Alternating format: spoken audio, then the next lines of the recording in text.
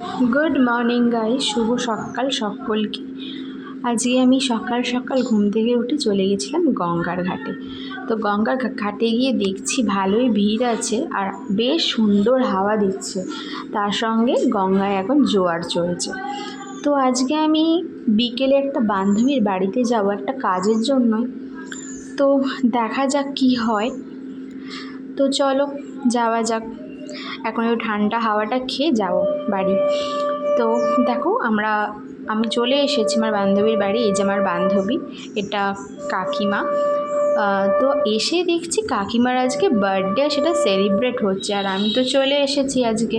তো কাকিমা, কাকু, বান্ধবী কেউ ছাড়বে না, সবাই বলছে ডিনার করে ফিরবি। তো যাই হোক, আমি তাদের কথা ফেলতে পারিনি, ডিনার করেই ফিরেছি।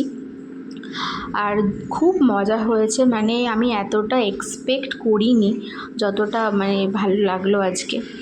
খুব আনন্দ হয়েছে, খুব মজা হয়েছে, মানে বান্ধবীর বাড়িতে আসাটা সার্থক হয়েছে।